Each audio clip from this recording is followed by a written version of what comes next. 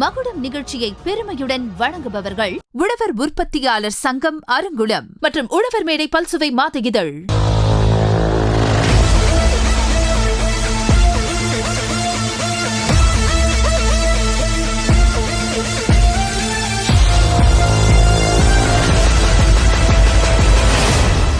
சுழன்றும் ஏற்பினது உலகம், அதனால் உழந்தும் உழவே தலை.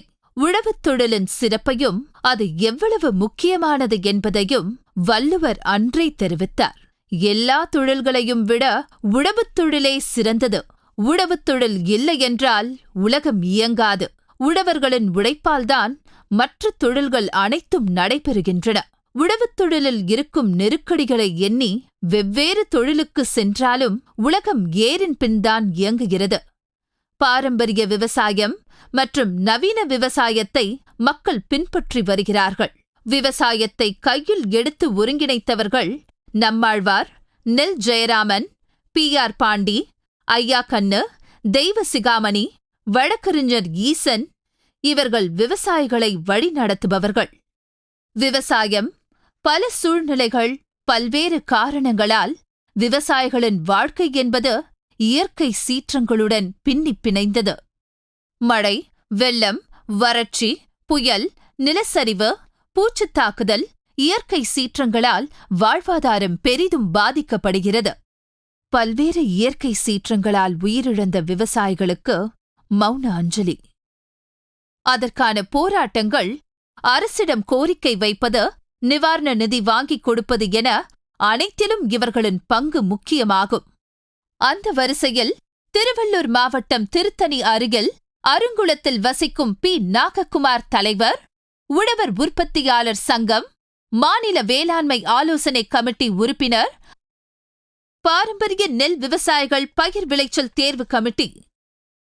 திருவள்ளூர் மாவட்டத்தில் நேரடியாக விவசாயிகளிடம் கலந்தாய்வு கூட்டம் முன்னாள் முதல்வர் எடப்பாடியார் ஆலோசனை வழங்கியது. தற்போது மாண்புமிகு முதல்வர் மு.க. ஸ்டாலின் ஐயா அவர்கள் நிதிநிலை அறிக்கை 2025-26 ஆண்டிற்கான தனி நிதிநிலை அறிக்கை கருத்து கேட்பு கூட்டத்தின் மூலம் 5ற்கும் மேற்பட்ட கோரிக்கைகளை தமிழ்நாடு அரசின் நிதிநிலை அறிக்கையில் கிடைக்கப் பெற்றதற்கு தமிழக முதலமைச்சர் அவர்களை தலைமை செயலகம் மற்றும் சட்டப்பேரவை வளாகத்தில் நேரில் சந்தித்து நன்றி தெரிவித்த தருணம். இப்படி பல்வேறு விவசாயிகளுக்கு தான் முன்னின்று அவர்களோடு பயணிக்கும் திரு அருங்குளம் P. நாககுமார் அவர்களின் சிறப்பு தொகுப்புகளை காண்போம். புதியுகம் தொலைக்காட்சி நேயர்கள் அனைவருக்கும் வணக்கம்.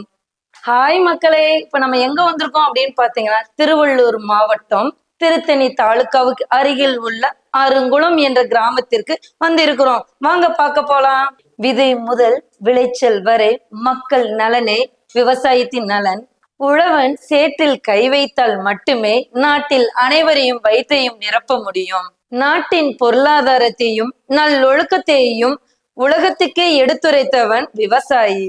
விவசாயத்தின் பல்வேறு விழிப்புணர்வுகளையும் உண்டாக்கி நல்ல புரட்சிகளை கண்ட தமிழகம். அந்த வரிசையில் நம்மாழ்வார், ஐயா கண்ணு, P.R. பாண்டியன், இப்படிப்பட்ட விவசாய தலைவர்கள் நாட்டில் முக்கிய பங்கு வகிக்கிறார்கள். அந்த வரிசையில் திருவள்ளூர் மாவட்டம் திருத்தணி தாலுகா அருகில் உள்ள அருங்குளம் கிராமத்தில் வசிக்கும் P. நாககுமார் அவர்களை சந்திக்க வந்திருக்கிறோம்.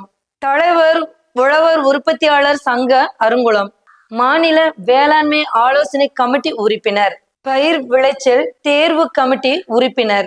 அவர்களை அருங்குள கிராமத்திற்கு சந்திக்க வந்ததில் மிக்க மகிழ்ச்சி. உழுதுண்டு வாழ்வாரே வாழ்வார், மற்றெல்லாம் தொழுதுண்டு பின் செல்பவர்.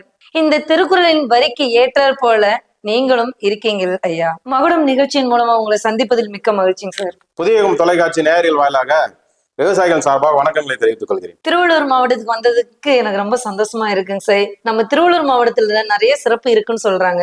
அந்த சிறப்பு என்னன்னு கொஞ்சம் நீங்க சொல்லுங்க சார். அந்த முருகனுடைய ஆசினால், ஆறுபடை முருகனுடைய ஆசினால எங்களுடைய விவசாயிங்க விவசாயம் சந்தோஷமா நல்லா நிம்மதியா இருக்கும். விவசாய நெல் களஞ்சியம் அப்படின்றது டெல்டா மாவட்டத்துல. ஆனா இன்னைக்கு அந்த இடத்துக்கு நாங்க பிடிக்கிற அளவுக்கு உந்துதலான திருவள்ளூர் மாவட்டம் விளங்கி வளர்ந்து வந்துருக்கு. இந்த மாவட்டத்தை பொறுத்த வரைக்கும் நெல், கரும்பு, கொய்யா, சப்போட்டா, மா, பலதரப்பட்ட பலதானிய விதைகளும் பண்றோம். ஒருங்கிணைந்து அரசு கொடுக்குற திட்டங்களை நாங்க பயன்படுத்தி அந்த விளைச்சல் சந்தோஷமான விளைச்சல் தரோம். அந்த சந்தோஷமான விளைச்சல் வந்து இன்னைக்கு ஈடற்றதை என்ன திருவள்ளூர் மாவட்டத்துல விளங்குது. சார் உங்களோட அம்மா அப்பா பத்தி நீங்க சொல்லுங்க சார். எங்க அப்பா பேர் பத்மராஜ், சரிங்க எங்க சார். அம்மா பேர் மனோன்மணி. Okay sir. அவர்களுக்கு புதல்வனா வந்து நான் 2வது புதல்வன். 3வது எனக்கு 3 எங்க அம்மாவுக்கு 3 பேர். சரிங்க சார். எங்க அண்ணன் இருக்காரு, அண்ணன் அக்கா இருக்காங்க, அதுக்கு அடுத்து 3வது நம்பர் நான். எங்க அம்மா வந்து இன்னைக்கு வரைக்கும் ஒரு உழவனா யாரும் வேலை செஞ்சவங்களும் சரி. அவங்க வேலை செஞ்ச கூலி அவங்களுடைய வேர்வை சிந்தறதுக்குள்ள அவங்க கூலியை கொடுக்கணும்னு சொல்லி கொடுத்தது எங்க அம்மா. அவ்வளவு. Okay sir. அந்த வேர்வை சிந்தறதுக்குள்ள அந்த கூலியை கொடுத்தா அவன் வீட்டுக்கு எடுத்து போய் சுகமா வந்து வாழ்வான்றது அவன் குடும்பம் வாழும். அந்த குடும்பத்தினால அவன் வேலைக்கு வந்து அவன் நிம்மதியா வருவான் அப்படின்னு எங்க அம்மா சொல்லி கொடுத்ததுதான் இன்னைக்கு வரையும் நான் ஃபாலோ பண்றேன். எனக்கு வந்து சமண மதத்தை சார்ந்தவங்க. சமண மதத்தை சார்ந்த போது சமணர்களுக்கு வந்து 50 காப்பியங்கள் 50 காப்பியங்கள் அது மாதிரி எல்லாமே இருக்கு. அந்த காப்பிய வரிசையில சமணத்தை சார்ந்து நான் வாழறேன்னு சொல்லும் போது ரொம்ப மகிழ்ச்சியா இருக்குது. ஏன்னா மதம்ன்றது வந்து இருந்தாலும் ஒரு மார்க்கம், அந்த மார்க்கத்துல வந்து சுத்தமான ஒரு வழிமுறையை எங்க அப்பா அம்மா கத்து கொடுத்தாங்க. அந்த கத்து கொடுத்தது இன்னைக்கு இந்த லெவலுக்கு என்ன உயர்த்தினதுக்கு வந்து என் தாய் தந்தையை மறக்க முடியாது. அம்மா அப்பா சொன்ன அந்த வழிகளை பின்பற்றி வந்துகிட்டே ஆமா சார். சார் மனைவியர்கள் மற்றும் குழந்தைகளை பத்தி சொல்லுங்க சார். ஒரு பெண்ணு தான் ஒரு ஆணுக்கு உண்டான வெற்றிக்கு அடிப்படை. அதுல என் மனைவியை மறக்க கூடாது. அவங்க வந்து பேர் மாலினி, எனக்கு ஒரு புதல்வன் என் ரிஷப்ராஜன் அவனுக்கு பேரு. அவர் வந்து 11ஆம் வகுப்பு படிக்கிறாரு. பாடத்திட்டங்களை படிக்கணும்ன்றது எண்ணங்களை இங்கிலீஷ் மீடியம் தமிழ் மீடியம்ன்றது இல்லை, எதுவாக இருந்தாலும் படிக்கணுன்ற எண்ணங்கள் வந்து என் மகன் கிட்ட இருக்கு. அதனால என் பையன் வந்து இன்னைக்கு நல்லபடியா படிச்சு ஆளுநர் கையால கூட நிறைய அவார்டுலாம் வாங்கியிருக்கேன். சார் உங்களுடைய பள்ளி பருவத்தை பத்தி சொல்லுங்க சார். என்னுடைய பள்ளி பருவத்தெல்லாம் சொல்லணும்னா ஒரு நாள் ஃபுல்லா சொல்லலாமா? சரிங்க சார். ஏன்னா படிப்பறிவு தான் இன்னைக்கு வந்து அடிப்படையே. நம்மளுடைய படிப்பறிவு கிடைச்சா அதிகப்படியான வந்து வளர்ச்சியை பார்க்கலாம். நான் பள்ளி பருவத்தை மறக்க முடியாத என்னுடைய வாத்தியார்கள், அந்த ஆசிரியர்கள்லாம் சொல்ல முடியாது. அந்த மாதிரி படிப்புலாம் இன்னைக்கு சொல்லி கொடுத்ததுனால இன்னைக்கு வந்து எங்களால வந்து இந்த லெவலுக்கு வளர முடிஞ்சது. சார் உங்களுக்கான ஒரு நோக்கம் இருக்கு, அதாவது சிறு வயதுல வந்து ஆசிரியரை பார்த்து வந்து இப்படிதான் வளரணும், இப்படிதான் பின்பற்றுன்ற ஒரு நோக்கம் இருக்கும். மாணவர்களை இல்ல பிள்ளைங்களை பார்த்தாலும் உங்க நண்பர்களை பார்த்து இந்த வழியை தான் நம்ம பின்பற்றி அந்த நோக்கத்தோட வரணும்ன்ற எண்ணங்கள் இருக்கும். சில நம்ம என்ன அது பெற்றோர்கள் வழிகள்ல அந்த பின்பற்றி வரணும்ன்ற அந்த நோக்கம் இருக்கும். ஸோ அதை பத்தி நீங்க சொல்லுங்க சார். நான் வந்து நல்லா அதிகமா படிச்சு இந்தியாவே திரும்பி பார்க்கணும், அந்த தமிழகத்துல இருக்கிற நான் எங்க கிராமத்தை அந்த லெவலுக்கு வளரணும், படிப்புல வளரணும்.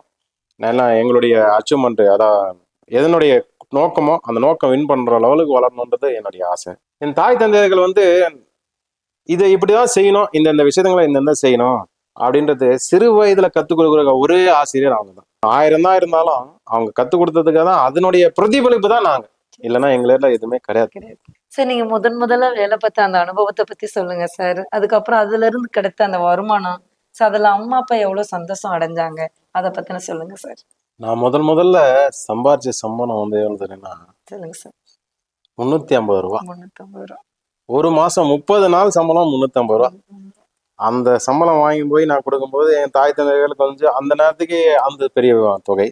இப்போ நான் வந்து ஒரு வாட்டர் கம்பெனியில் இருந்தோம், வேற ஒரு பெரிய நிறுவனத்தில் இருந்தேன், ஃபைனான்ஸ் கம்பெனியில் இருந்தேன். அதெல்லாம் இருந்து வளர்ச்சி வந்து அங்கங்கே சம்பளங்களில் வந்து படிப்படியாக 350, 1000, 1500, 5000, 10,000 லெவலுக்கு வந்து 40,000 ரூபாய் வரைக்கும் கூட நான் சம்பாரிச்சேன். அதுக்கப்புறமேட்டு ஒரு பர்சன்டேஜாக கொடுக்கறதுக்கு வந்தாங்க. அந்த மாதிரிலாம் வந்து இன்னைக்கு வந்து இது வரைக்கும் வந்திருக்கிறோம். வருமானத்தை எதுவுமே தாய் தந்தையர்களுக்கு கொடுக்கும்போது அவங்க மட்டும் மகிழ்ச்சி தான். ஏன்னா ஒரு பிள்ளை வந்து ஒரு பணத்தை எடுத்த மாதிரி தாய் தந்தையருக்கு கொடுக்கும்போது சந்தோஷம் தான். ஏன்னா அவங்களுக்கு வந்து பையன் சம்பாதிக்கிறான் அப்படின்ற ஒரு நம்பிக்கை கிடைச்சதுனால அது வந்து அவங்க சந்தோஷம். சார் 350 ரூபாய், 400 ரூபாய், 5000, 10,000 இப்படி 40,000 வரைக்கும் நீங்க சம்பாரிச்சீங்க. நீங்க அந்த வேலையிலே இருந்திருக்கலாம். ஆனா திடீர்னு இந்த விவசாயத்துக்குள்ள வந்தது காரணம் என்ன சார்? இந்த விவசாயத்துக்கு வந்த காரணத்தை சொன்னோம்னு வச்சுங்களேன், நீங்களே அசந்துருப்பீங்க. சரிங்க சார். ஏன்னா சரிங்க சார். நமது நம்மாழ்வார் ஐயா தான். நம்மாழ்வார். Okay sir. அவரை முதல்ல நான் வந்து ஒரு சாதாரண ஒரு ஃபங்க்ஷன்ல பார்க்கும்போது அவருடைய காணொலியெல்லாம் நிறைய பார்த்தேன். அந்த பார்க்கும்போது இவர் என்னடா இந்த மாதிரி ஒரு புதுசா சொல்றாரு, இது ஏதோ செய்யறாரு, நம்மளும் செய்யணுமா அப்படின்ற ஒரு எண்ணங்கள் வந்து சின்னதே தூணுச்சு. சரி அவரை நேராக பார்க்கணும், அவருடைய ஃபாலோவர்ஸ்லாம் நிற்கணும்னு சொல்லிட்டு நம்மளவர் கூடவே பயணம் பண்ணேன். ஒரு விவசாயம் வாழணும்னு வச்சுங்களேன், அவருடைய ஃபாலோவர்ஸ் இருந்தால் தான் வாழ முடியும். அவர் வந்து கற்றுக் கொடுத்தது வந்து ஒரு பயிரை இப்படிதான் விளைவிக்கணும். ஒரு மனிதர் வந்து ஒரு குடும்பத்தை சார்ந்து மா, பலா, கொய்யா, சப்போட்டா, ஒரு பழக்கனிகள் எல்லாமே, வேப்ப மரம், எல்லாமே வந்து வீடு அருகாமையில சுத்தி வைக்கணும் சரிங்க அப்படின்னு சொல்லி கொடுத்தாரு. சரி சார். அவர் சொன்ன வார்த்தைகள் ஒவ்வொன்றும் முத்தானது. அந்த இயற்கை விவசாயம் வாழ்ந்தனா நாங்க நம்மளுடைய 4 தலைமுறை கூட வாழன்றது எண்ணம். அந்த ஐயா தான் எனக்கு ஏற்று பண்ணி கொடுத்தாரு. சரிங்க சார். அது நம்மாழ்வார் இல்லைன்றது இப்போ மனசு கஷ்டம். ஆனா அவருடைய பயணம் பட்டதுன்னு நினைச்சும் போது மன ஆனந்த சந்தோஷமா அவர்லாம் ஒரு பொக்கிஷம், விவசாயத்தினுடைய பொக்கிஷம். சரி அவர் கிடைக்கலன்னு வச்சுங்களேன், இந்த விவசாயம் எல்லாம் இவ்வளவு தூரம் வருமான்னு நம்பிக்கையே இல்லை. சார். நம்மாழ்வார்களை பத்தி சொன்னீங்க, அவர் பின்பற்றி வந்த அதை இப்பயும் நீங்க பின்பற்றிட்டு வர்றீங்களா சார்? அதை பத்தி சொல்லுங்க சார். ஏன்னா சொல்லுவோம்ல, நம்மாழ்வார் வந்து அவர் இதெல்லாம் செஞ்சாரு, இப்படி எல்லாம் நடந்தோம், நாங்க அதெல்லாத்தையுமே இப்பயும் அந்த விவசாயத்துக்காக நாங்க கொண்டுட்டு வந்துகிட்டு இருக்கோமா, இல்ல அதை நாங்க மறந்துட்டோம், இல்ல அதை மறக்க மாட்டோம், இப்ப மட்டும் இல்ல எப்பயுமே வந்து எல்லா தலைமுறையினருக்கும் நாங்க எடுத்துரைப்போம் அப்படின்னு நீங்க சொல்லுவீங்க இல்லைங்க, அதை பத்தி சொல்லுங்க சார். நிறைய சொல்லலாம். இப்போ ஒரு வீடு இருக்குன்னு வச்சுங்களேன், வீடு அருகாமையில ஒரு மாமரம், ஒரு கொய்யா, ஒரு நெல்லிக்காய், ஒரு சப்போட்டா, பல பழமரங்களை நடணும்ன்றாரு. சரி. அது என்னத்துக்குன்னு கேட்டேன்னா, எதுக்காக கேட்கணும்னு வச்சுங்களேன், பழம் வந்து அவ்வளோ ஹெல்த்து, சத்தான பொருள் வந்து ஹெல்த் கிடைக்கிறதுனால அந்த சத்து பொருட்கள்னால எந்த வித நோய் கிருமியும் வராம இருக்கணும் அப்படின்றது வந்து இது. அவர் தான் பாரம்பரிய விவசாயத்தை இன்னைக்கு வந்து வெள்ளுக்கு எடுத்துட்டு வந்தார். வேப்ப மரத்தை கூட பேட்டன் வாங்கினாங்க, அமெரிக்கா கவர்மெண்ட்ல பேட்டன் வாங்கினாங்க. ஆனா அந்த பேட்டனையும் ஐயா தான் போய் வந்து இது நாங்க பல்லு குத்துன குச்சியா, அது அந்த பல்லு குத்துன குச்சியை நீ எப்படியா நீ பேட்டன் வாங்குற, அது என்னுடைய பயன்பாட்டுல இருந்தது. சட்டத்தினுடைய கோர்ட் மூலியமா நின்று போராட்டம் பண்ணி அந்த பேட்டனை உடைச்சு இன்னைக்கு பாத்தீங்கன்னா அந்த வேப்ப மரத்தினுடைய பேட்டனே உடைஞ்சிச்சு. பாரம்பரிய நெல், பாரம்பரிய அரிசி, பாரம்பரிய விவசாயம் எல்லாத்தையும் செய்யறோம். ஆனா அந்த பாரம்பரியன்ற வார்த்தைய படிப்புல ஏத்து போய் கொடுக்கணும்னு என்னுடைய ஆசை. பாரம்பரியம் பாரம்பரியம் சொல்றீங்களே சார், அந்த பாரம்பரியத்தை நீங்க மீட்டு எடுத்தது உண்டாங்க சார், அதை பத்தி சொல்லுங்க சார். பாரம்பரிய நெல் வந்து இன்னைக்கு வந்து 2500க்கு மேற்பட்ட வெரைட்டிகள் இருக்கு, அதனுடைய வகைகள் இருக்கு. அதை பாதுகாத்தது ஐயா நெல் ஜெயராமன் ஐயா தான். அவர் நெல் ஜெயராமன் ஐயா இல்லைன்னு வச்சுங்களேன், இன்னைக்கு பாரம்பரிய நெல் எங்க இருக்குதுன்னு தேட வேண்டிய சூழ்நிலை வந்து ஆயிருக்கும். 2500 வெரைட்டில நான் எனக்கு கண்ணுக்கு தெரிஞ்சு 1000க்கு மேற்பட்ட வெரைட்டி அவர்கிட்ட நான் பார்த்துக்கிறேன். இதை பாதுகாத்து இந்த லெவலுக்கு அதை உற்பத்தி பெருக்கணுன்றதுக்காக நீங்க பாத்தீங்கன்னா நான் போய் பார்க்கும் போதெல்லாம் அவர் நான் நேரடியாக சந்திக்கும் போது, நான் 1 கிலோ நெல்லை கொடுக்குறேன், நீ வந்து எத்துமா எரிச்சிட்டு போயிடுவேன், நீ நாளைக்கு அது வருதா வரலையா நீ சொல்ல மாட்டேன், நினைச்சா போறேங்க அப்படியே புல்லரிக்குது அவருடைய வார்த்தைகளை நினைச்சா. ஏன்னா அவர் நெல் ஜெயராமன் ஐயா கொடுத்தது அந்த 1 கிலோ விதையை எத்துமாய் நான் பயிரிடும் போது பார்த்து பார்த்து பயிரிட்டு அந்த 1 கிலோ விதையை நான் 4 கிலோவா அவருக்கு திரும்பி கொடுக்கணுமா, அது எப்படி நீ சாத்தியமாகுமா இல்லைன்னு கேட்கும்போது தான் அவர் சொன்னார், பாரம்பரிய நெல்லுல நீ பயிரிடும் போது 1 கிலோ நெல்லை வந்து பயிரிடுறதுனால உனக்கு பல கிலோ கிடைக்கும் போது நீ இன்னும் 4 பேர் விவசாயிகளை உதவி பண்ணுன்ற ஒரு சொல்ல இன்னைக்கு அன்னைக்கு சொன்னார். அது இன்னைக்கு ஆணித்தரமா இருக்குது. அந்த பாரம்பரியம் நெல்லுன்றது நினைச்சிட்டா விட்டுட்டோம் பார்த்துட்டோன்றது இல்லாம அந்த உந்துதல் கொடுத்தது நெல் ஜெயராமன் ஐயா தான். அவர் இல்லைன்னா இன்னைக்கு பாரம்பரிய நெல்லே கிடையாது அப்படின்ற ஒரு சூழ்நிலை தான் உண்டாச்சு. சத்தான உணவுகளை சாப்பிடணும், ஒரு மருந்துலா உணவுகள் சாப்பிடணுன்றது அவேர்னஸ் மக்கள் கிட்ட வரணும். நாங்க கஷ்டப்பட்டு எவ்வளவு சேர்க்க முடியும், அது முடியாது. ஏன்னா எங்களால பயிர் விளைச்சல் தான் பண்ண முடியும். ஆனா அதை எடுத்து போய் மக்கள் கிட்ட கொடுக்கும்போது அவங்களால முடிஞ்ச வரைக்கும் வாங்கணுன்ற எண்ணம் வந்துச்சுனாலே போதும், நாங்க வாழ்ந்துருவோம், பாரம்பரிய நெல் வாழ்ந்துரும். அந்த நம்பிக்கை வந்து மக்கள் தான் திரும்பவும் மக்கள் வந்து இயற்கை விவசாயத்தை சார்ந்து விரும்பி வரணும். அவங்க அது விருப்பப்படணும். விருப்பத்தின் அடிப்படையில அவனுடைய பாரம்பரிய 4 தலைமுறை வாழணுன்றதுக்காக மக்கள் விரும்பி வரணும். நம்மாழ்வாரை பத்தி இந்த உலகமே பாராட்டிக்கிட்டு பெருமையா பேசிக்கிட்டு இருக்காங்க சார். அதே சமயம் முன்னாள் எடப்பாடி மாண்புமிகு ஐயா அவருடைய ஆட்சி காலத்துல பாத்தீங்க அப்படின்னா நம்மளுடைய நெல் ஜெயராமன் ஐயா இறக்குறதுக்கு முன்னாடியும் உயர் திரு மாண்புமிகு ஸ்டாலின் ஐயா அவர்களும் பார்த்தாங்க. அதனுடைய அனுபவத்தை பத்தி கொஞ்சம் சொல்லுங்க ஐயா. முன்னாள் முதலமைச்சரமா எடப்பாடி இருக்காருங்களா, சரிங்க. அவர் அந்த பாரம்பரிய நெல் எல்லாம் பாதுகாக்கணும்னு சொல்லிட்டு அவர் ஒரு திட்டத்தை கொடுத்தாரு. அந்த திட்டத்தை கொடுக்கும்போது தான் நெல் ஜெயராமன் ஐயானுடைய பேர்ல அந்த பாரம்பரிய நெல்லுங்களை அரசினுடைய அலுவலகங்கள், அதாவது வேளாண் துறை அலுவலகத்திலே, துணை இயக்குனர் அலுவலகத்துல, எல்லா இடத்துலயுமே பாரம்பரிய நெல்லுங்களை பரவலாக்கத்துக்கு நெல் ஜெயராமன் ஐயாவுடைய பேரிலேயே அந்த திட்டத்தை கொடுத்தாங்க. இப்போ நம்ம ஸ்டாலின் ஐயா கூட பாத்தீங்கன்னா அந்த திட்டத்தை இன்னும் பல மடங்கு மேம்படுத்தணுன்றதுக்காக நிறைய செயல்பாடுலாம் பண்றாங்க. அது இப்போ கூட பாத்தீங்கன்னா இந்த கடந்த பட்ஜெட்ல கூட இந்த பாரம்பரிய நெல்லுக்காக போராட்டம் இது மாதிரிலாம் பண்றாங்களே, இதுக்கு எதனா நம்ம செய்யணும் அப்படின்ற ஒரு ஆவல்ல சரிங்க பல கோரிக்கைகளை வச்சேன். நம்மாழ்வார் ஐயா பேர்ல வந்து விருது வழங்கணும்னு சொல்லி கோரிக்கை வச்சோம். சரிங்க சரி. நம்மாழ்வார் ஐயா பேர்ல விருது வழங்குறது மட்டும் இல்லாம அவங்க இன்னும் சந்தோஷப்படுறதுக்கு 3 லட்சம் ரூபாய் ஊக்கத்தொகையும் கொடுத்துருக்காங்க. பாரம்பரிய நெல் தான் தேர்வு கமிட்டிலாம் மெம்பராக இருந்தேன் நான் இருந்ததால அதனுடைய திட்டங்கள்லாம் இன்னும் நிறைய நிறைய சொல்லலாம் அதுக்குள்ள போகும்போது பாத்தீங்கன்னா. ஏன்னா பாரம்பரிய நெல் அதாவது இயற்கை விவசாயம் பண்றேன்னு ஒரு ஐடென்டிட்டியே ஒரு பதிவு பற்ற கட்டணம் செலுத்தி தான் நான் வந்து வாங்கணும். 3 ஆண்டு கட்டணம் செலுத்தணும். 5100 ரூபாண்டா 3 ஆண்டு 5400 நானே ரொம்ப கஷ்டத்துல இருந்து பாரம்பரிய நெல் மாறி வரும்போது செலவினங்கள் அதிகமாகுது. அந்த செலவினங்களை கம்மி பண்ணணும் அப்படின்னு சொல்லி அரசுக்கு வச்சேன், கோரிக்கைகளை வச்சேன். அப்ப பாத்தீங்கன்னா பதிவு கட்டணம் ரத்து பண்ணிருக்காங்க. அதுவே எங்க இயற்கை விவசாயத்துக்கு முதல் வெற்றி படி. சோ பகுப்பாய்வு கூட கிடையாது, அரசே பகுப்பாய்வு கூட வரணும்னு எதிர்பார்க்கிறோம். அது இல்லாம பகுப்பாய்வுக்கு 16,500 ரூபாய் கட்டணும். நான் 16,500 ரூபாய் கட்டினாதான் பகுப்பாய்வு வந்து என்னால நெல்லை வந்து பகுப்பாய்வு பண்ணி அதுல இயற்கை விவசாயம் பண்ண முடியும். அதுவும் இப்போ வந்து பாத்தீங்கன்னா முழுக்க நிவாரணம் கொடுத்துட்டாங்க. அதுவே ஒரு மகிழ்ச்சியான செய்திமா. கரும்புக்கு வந்து விவசாயிகள் அதிகாரிகள் உள்ளடக்கிய ஒரு குழுவை உருவாக்கணும். அந்த குழு வந்து இந்த விலை நிர்ணயமோ இல்ல உற்பத்தி திறனோ அதிகப்படுத்துறதுக்கு அந்த குழு தான் ரெக்கமெண்ட் பண்ணி அரசுக்கு தெரிவிச்சு அதன் மூலியமா கிடைச்சதுன்னா கரும்பினுடைய ரேட்லாம் விலையெல்லாம் நல்லா கிடைக்கின்றது ஒரு ஆசை. திருவள்ளூர் மாவட்டம் வந்து ஏரிகள் நிறைந்த மாவட்டம். ஏரிகள் நிறைந்த மாவட்டம் குடிமராமத்து பண்ணி கொடுக்குறாங்க. குடிமராமத்து பண்ணி கொடுக்கும்போது எங்க கிராமத்துக்கு கூட ஒரு குடிமராமத்து பண்ணி வாங்கணும். 51 லட்சத்தி சில ரூபாய் வந்து குடிமராமத்து பண்ணி வாங்கணும். நேரடி நெல் கொள்முதல் இப்போ கொடுத்தாங்க. நேரடி நெல் கொள்முதல் கூட ஒரு நிரந்தர கட்டணம் அதையும் கேட்டு வாங்கி இது வரைக்கும் கடிச்சு நல்லா பயன்படுத்துறோம். சார், இந்த விவசாய சங்கத்தின் மூலமாக இந்த விவசாய மக்கள் என்ன பயன் அடைஞ்சாங்க அத பத்தி சொல்லுங்க சார். இது வந்து தமிழக அரசே வந்து இந்த விவசாய சங்கத்தை உருவாக்குனாங்களா இல்ல நீங்க விவசாயங்களா சேர்ந்து இந்த சங்கத்தை உருவாக்குனீங்களா? அத பத்தி நீங்க தெளிவா சொல்லுங்க சார். நான் வந்து சாதாரணமா ஒரு சிறு விவசாயி தான். சரிங்க சார்.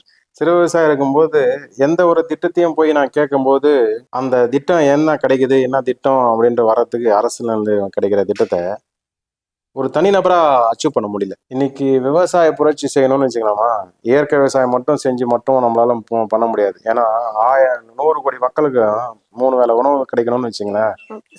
அந்த புரட்சி வந்து அக்ரிகல்ச்சர்ல இருந்து தான் உருவாகுது.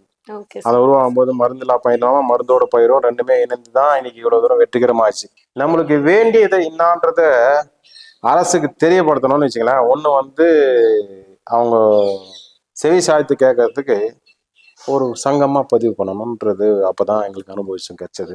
சங்கம்னு போது 10 பேர் 30 பேர் 40 பேர் 50 பேர் 100 பேர் போறோம். அப்ப என்ன ஆகுனா அந்த குழுன்னு போது அந்த குழு கொடுத்தா 10 பேர் உபயோகமாகும் அப்படின்னு சொல்லிட்டு அந்த குழுங்களுக்கு வந்து கொடுக்கறதுக்கு அதனால நாங்க சங்கங்களை உருவாக்கணும், கூட்டு இயக்கங்களை உருவாக்கணும், போராட்ட குழுங்களை உருவாக்கணும், எல்லாத்தையுமே உருவாக்கி ஒவ்வொன்றும் இன்னைக்கு அடிப்படையில இன்னைக்கு வெற்றிகரமா விவசாய வளர்ச்சி ஆகுதுன்னா அந்த சங்கங்களுடைய கோரிக்கைகள்லாம் வெற்றி பெற்றது. அந்த சங்கம் இல்லைன்னா கோரிக்கை இல்லை, கோரிக்கை எல்லாம் சங்கம் இல்லை, சங்கம் இல்லைன்னா விவசாயமே அழிஞ்சிடும். அந்த மாதிரி ஒரு சூழ்நிலை இருக்கு. அந்த சூழ்நிலைக்கு வந்து சங்கங்கள் தான் ஒரு தூண். டெல்லி போய் போராட்ட குழுவில் போய் நான் போராடும் போது கொஞ்சமா நெஞ்சமா இல்லை, உலகமே எங்களை திரும்பி பார்க்குற அளவுலாம் போராட்டம் பண்ணி அப்போ என்னடா இந்த விவசாயிகளுக்கு ஏதோ பிரச்சனை இருக்குது இவங்களுக்குன்னு இப்போ கூட தமிழ்நாடு அரசு கூட ஒரு தனி நிதிநிலை அறிக்கை கொடுக்கறதுக்கு ஒரு அமைச்சகம் உருவாக்கி கொடுத்தாங்க. இதெல்லாம் இந்த மாதிரி ஒரு எங்களுடைய கோரிக்கைகள் நிறைவேற்றி பண்றதுக்கு வாய்ப்புகளை உருவாக்குது அது சங்கங்கள் தான் சார். பல்வேறு இயற்கையுடைய சீற்றத்தினால எவ்வளவோ விவசாயங்கள் வந்து பாதிப்பு ஏற்படுச்சு. அப்போ ஒரு காலகட்டத்திலையும் அதுக்கப்புறம் கொரோனா காலகட்டத்திலையும் எவ்வளவோ விவசாயிகள் பாதிப்பு ஏற்படுச்சு. அப்பெல்லாம் நீங்க என்ன சார் பண்ணீங்க? அதுக்கான விளக்கத்தை கொஞ்சம் சொல்லுங்க சார். இந்த கொரோனா டைம்ல சரிங்க சார், எங்க பகுதி மக்கள்லாம் பாத்தீங்கன்னா காய்கறிகள்லாம் நிறைய பயிரிட்டாங்க. அப்ப காய்கறிகள்லாம் நிறைய பயிரிடும் போது இந்த காய்கறிகளை இங்கங்க விளையிறதுலாம் ஒன்றிணைக்க முடியல. இந்த குழுவங்கள்லாம் கட்சது வந்து அந்த நேரத்துக்கு பயங்கரம் பயன்பாடா இருந்தது. ஒரு 20 பேருக்கு ஒருத்தர் தலைவர் செயலாளர் போல இருக்கும்போது அவங்க அந்த பகுதியில் இருக்கிறவங்கலாம் அந்த காய்கறிலாம் வாங்கி வந்து எங்கள் குழுக்கிட்ட சேர்த்தாங்க. நாங்கள் குழுக்கிட்ட இருந்து வாங்கி யாரும் எங்கெங்கே தேவையானவங்களுக்கெல்லாம் தேவையான விற்பனை பண்ணுறதுக்காக ஒரு வாய்ப்புகளை பயன்படுத்தினாங்க. அரசும் கொடுத்தது எங்கெங்கே விற்பனை பண்ணலான்ட்டு. அந்த விற்பனைக்கு அந்த காய்கறிகளை எடுத்து போய் கொடுக்கும்போது அது வந்து மக்களுக்கு போய் சேர்ந்தது. ஸோ அதனால மண்ணில் நாங்கள் கை வச்சதுனால மக்களும் வாழ வச்சோம்.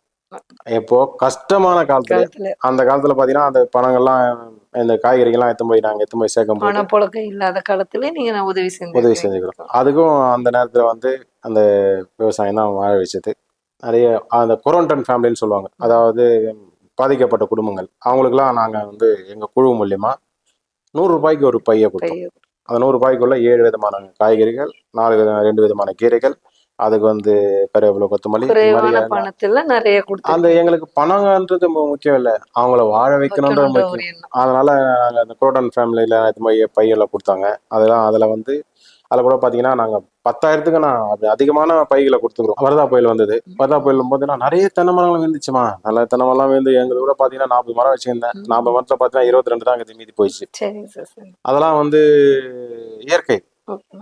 ஆனா அந்த இயற்கையும் ஒரு ஒரு ஒரு குறிப்பிட்ட லெவல் பொறுத்துன்னு இருக்குது. குறிப்பிட்ட லெவல் பொறுக்காம அது எழுந்து வருது. அதுக்கு இந்த உலகமும் மக்களும் திருந்தணும். திருந்தி அந்த இயற்கையோ அந்த இயற்கை எந்த இடர்பாடு இல்லாம வளர்றதுக்கு என்னென்ன வழிமுறைக்குதோ அதை ஃபாலோ பண்ணாங்களே போதும். வாழணும். சரி, எந்தெந்த விவசாய தலைவர்கள்ட்ட எல்லாம் நீங்க பயணம் பண்ணீங்க? இப்ப அந்த பயணம் பண்ண அந்த அனுபவத்தை பத்தி சொல்லுங்க சார். முதல்ல எனக்கு தலையே நம்மாழ்வார் ஐயா தான். நம்மாழ்வார் தான். அவருடைய இதுவும் அதுக்கப்புறம் நெல் ஜெயராமன் ஐயா கூட அவர் கூட இவங்கெல்லாம் காலங்கள் கடந்துட்டாங்க. அதாவது அவங்களுடைய இது முடிஞ்சதுனால, சகாப்தங்கள் முடிஞ்சதுனால அவர்களை அடுத்தது வேற யாரை பார்க்கணும்னு பார்க்கும்போது தற்போது டெல்லிலாம் வந்து போராட்டம்னு சொன்னோம் பார்த்தீங்களா, ஐயாக்கன் ஐயா இந்த நேரத்துக்கு நான் மாட்டக்கூடாது. விவசாயிகளின் விடிவெள்ளி நிறைய போராட்டங்களை நடத்தினார்.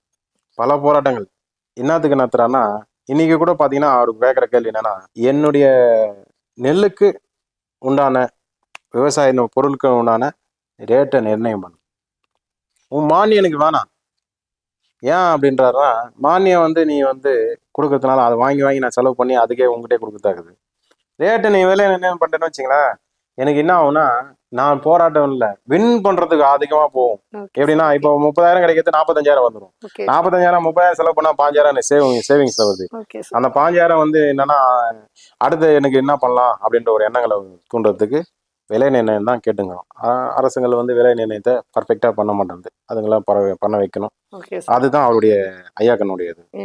விவசாயிக்கு கூட்டு இயக்கம்னு சொல்லிட்டு PR பாண்டியன் ஐயா இருக்காரு, அவரும் என்னால் மறக்க முடியாது. அவரும் நான் தலைவர்கள் வந்து அவங்களுடைய தனிப்பட்ட இதெல்லாம் கிடையாது. ஏன்னா அவங்க அந்த பகுதியை சேர்ந்தவங்க தனித்தனி பகுதி தான். இப்போ ஐயாக்கன் பார்த்தீங்கன்னா திருச்சி பகுதியை சேர்ந்தவர், PR பாண்டியன் தஞ்சாவூர் பகுதியை சேர்ந்தவர், அவர் அதே மாதிரி தெய்வசேகரன் ஐயா இருக்காரு, அவர் வந்து பார்த்தீங்கன்னா கோயம்புத்தூர் சேர்ந்தவர், ஈசனும் அந்த பகுதியை சேர்ந்தவர். இவங்கெல்லாம் வந்து அவங்க ஒரு பகுதிக்கு உண்டான பிரச்சனைகளை வந்து எடுத்துரைக்கிறதுக்கு அவங்களுடைய வழி தான் ஃபாலோவர்ஸ்ல வராங்க. ஐயாக்கன்னு ஐயா கூட டெல்லி போய் போராடினேன், PR பாண்டியன் ஐயா கூட சென்னை மாநகரத்துக்கு போய் போராடினேன், தேசிகாமணி ஐயா கூட மாவட்ட லெவல்ல போய் போராடுறாங்க, ஈசன் ஐயா கூட வட்டார லெவல்லையோ இல்லை எங்கன்னா ஒரு பகுதி லெவல்ல அவங்க அழைப்பு கூப்பிடுறாங்க, அவங்களையும் போய் போராடணும். இன்னைக்கு இலவச மின்சாரம் பெற்றதுக்கு முதல் காரணம் நாராயணசாமி நாயுடு தான். அவர் இல்லைன்னு வச்சுக்கலாம் இன்னைக்கு வந்து இலவச மின்சாரமே கிடையாது. இப்ப போராட்டங்கள்ல வந்து போராட்டம்னு போனா அந்த போராட்டங்களை அரசும் மக்களும் செவி சாதிச்சு எங்களுக்கு எதனா செஞ்சாங்கன்னா விவசாயம் அடுத்த இலக்கு மேலும் பெரிய லெவல்ல போகும் அப்படின்றது எங்களுடைய கோரிக்கை. நம்ம மாவட்ட அளவில் எங்களை தேர்ந்தெடுத்து மாவட்ட ஆட்சியர் வந்து குடியரசு தின சுதந்திர அன்னைக்கு எங்களை கூப்பிட்டு சிறந்த குழு நிர்வாக அவார்டு கொடுத்தாங்க.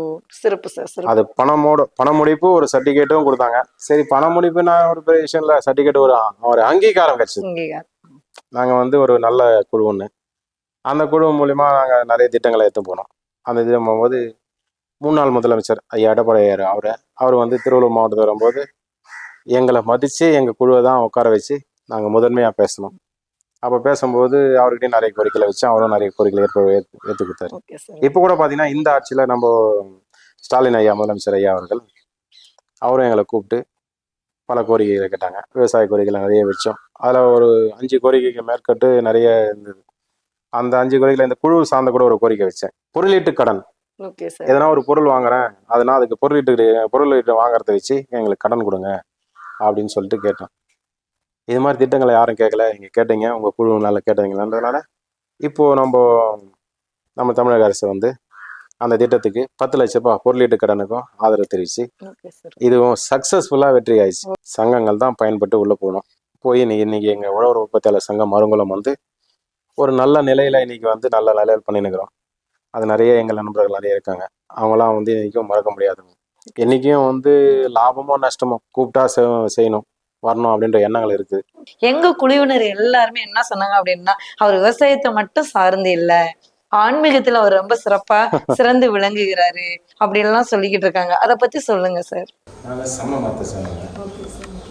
சமண மதத்தை தனியா ஏற்றி வச்சிங்கன்னா தமிழே இல்லைன்னு சொல்லலாம். உண்மைதான் சார், உண்மைதான். எப்படின்னா ஜீவகேசி, நாம நீலகேசி, குண்டலகேசி, வளையாபதி, இனிய நாற்பதி, நிறைய புத்தகங்கள் இருக்குது. எல்லாம் பழமையான காலங்கள். அதுல ஒரு புத்தகம் தான் சூளாமணி காப்பியம்னு சொல்லிட்டு ஒரு காப்பியம். அந்த சூளாமணி காப்பியம் வந்து எழுதினவர் வந்து தோலாமொழி தேவர். அவரு வந்து இங்க நான் வாழ்ந்துங்க பாத்தீங்கன்னா இந்த புனிதமான பூமியில 2000 வருஷத்துக்கு முற்பட்ட இங்க கோயில் இருக்கு. அருகர் பகவான், அதாவது தர்மநாத பகவான் சொல்லிட்டு பேரு அவருக்கு. சமண மதத்துல 24 தீர்த்தங்கர் இருக்காங்க. 24 தீர்த்தங்கர். மகாவீரர் தான் கடைசியா வந்தவர். அதுக்கு முன்னாடி 23 பேர் இருக்காங்க. அது நிறைய பேருக்கு தெரியாது, இந்த நேரத்துக்கு தெரியப்படுத்துகிறேன். அந்த 15வது தீர்த்தங்கர் தர்மநாதர், அவருக்குன்னு தனி சன்னதிங்க இருக்குது. அவர் சூளாமணி காப்பியம் எழுதுற 9ஆம் நூற்றாண்டுல அந்த சூளாமணி காப்பியத்துல என்ன சொல்லியிருக்காங்கன்னா, கார்வெட்டு மகாராசன் காலத்து தர்மநாதன் புகழ் பணிந்து பூசிக்கிறேன்னு ஒரு செய்யுள். அப்படின்னா அது என்னன்னா, கார்வெட் ராஜாவுடைய சமஸ்தானம் தர்மநாதர்னு இருக்கிற கோவில். ஸோ அந்த தர்மநாதன் இருக்கிற கோயில்ல, அந்த கோயில்ல தான் இப்போ நீங்க வந்திருக்கீங்க. இங்க இயற்கை சார்ந்து வனம் சொல்லியும் அந்த கோயில் வந்து 2000 வருஷத்துக்கு முற்பட்டது. இப்போ அந்த சூளாமணி காப்பியத்தை எடுத்து பார்த்தீங்கன்னா 9ஆம் நூற்றாண்டு, 1300 வருஷம் பொறுப்பு இருக்கு நம்ம கிட்ட. எங்க கடவுள்கிட்ட வந்து நேரடியா நீங்க இதை கொடுங்க அதை கொடுங்கன்னு கடவுள்கிட்ட கேட்க முடியாது. நானும் உங்களை நிலையா வரணும்னு சொல்லி தான் இந்த சமண மத கோட்பாடு. அந்த கோட்பாடு தான் நான் பின்பற்றுறோம். பவர்ஃபுல்லானது. அவங்க வந்து எவ்வளோக்கு எவ்வளோ நீங்க பூஜை பண்றோமோ, அலங்கார ரூபி அம்மன்லாம் வந்து அலங்கார ரூபி, எவ்வளோக்கு எவ்வளோ அலங்காரம் பண்றோமோ அவ்வளோக்கு எவ்வளோ அந்த அம்மன் குளிர்ச்சி ஆவாங்கன்னு ஒரு செய்தி. அந்த அலங்காரம் பண்ணி அந்த இது பண்ணும்போது பிரசாதமா அவங்க கிட்ட உங்க மனமுருகி நீங்க வேண்டினீங்கன்னா பூவை கொடுப்பாங்க. அந்த பூ கிடைக்கும் போது அந்த பூ வாங்கினீங்கன்னா அந்த பூ வந்து என்ன ஆகும்னா உங்களுக்கு வந்து மன திருப்தி. அந்த உபாதியை பண்ணத கோயில் நிர்வாகத்துல எங்களுடைய இது வந்து பகவானுக்கு, கடவுளுக்கு சேவை செய்து தான். பகவானை வந்து எந்த விதமான அவருக்கு வந்து பூஜை புனஸ்காலம் தவறாம இல்லாம, தவறு நடக்காமையும் விடாமையும் தொடர்ந்து செஞ்சுன்னு வரோம் எங்க பரம்பரைகள். அதே மாதிரி நோன்புக்கெல்லாம் பூ, தண்டு, கீரை, கிழங்கு, வெங்காயம், வெள்ளைப்பூண்டு இதெல்லாம் சாப்பிடக்கூடாது. இதெல்லாம் எங்களுடைய இதுல வந்து ஃபாலோவர்ஸ்ல இருக்குது. அதையும் நாங்களும் ஃபாலோவர்ஸ் பண்றோம், எங்க குடும்பத்தாரும் பண்றோம். பழமையான இந்த கோயில் 2000 வருஷத்துக்கு முற்பட்ட கோயில். இப்போ ஆமா, ஆதாரபூர்வமா நம்ம கிட்ட 1300, ஆதாரம் இல்லாம 2000 வருஷம்.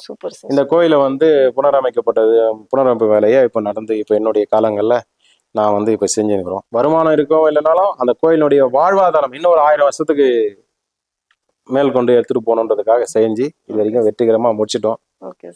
அந்த காலத்துல சுண்ணாம்பு, கடுக்காய், வெல்லம் இதெல்லாம் போட்டு அரைச்சி கிரிச்சு கட்டின கோயில திரும்பி அதே மெத்தட்ல திரும்பியும் ஒரு கோபுரம், ஒரு நிலைப்பாடு எல்லாத்தையும் வந்து கட்டி கல் சவறுகள்லாம் கிளீன் பண்ணி சுத்தமா பழைய நிலைக்கு ஏற்ற போறோம். பாரம்பரியம் பாதுகாக்கணும்னு சொல்லி ஒரு நெல்லுக்காக அரிசிக்காக போன பாரம்பரிய கோயிலையும் பாதுகாக்கணுன்ற திட்டத்துக்கு நாங்களும் எங்களால முயற்சி பண்ணி இன்னைக்கு வெற்றிகரமா இருக்குமா. இந்த ஆனந்தமான ஒரு நிகழ்ச்சி. நீங்க கூப்பிடுங்க சார், நம்ம எல்லாரும் பார்க்கலாம்.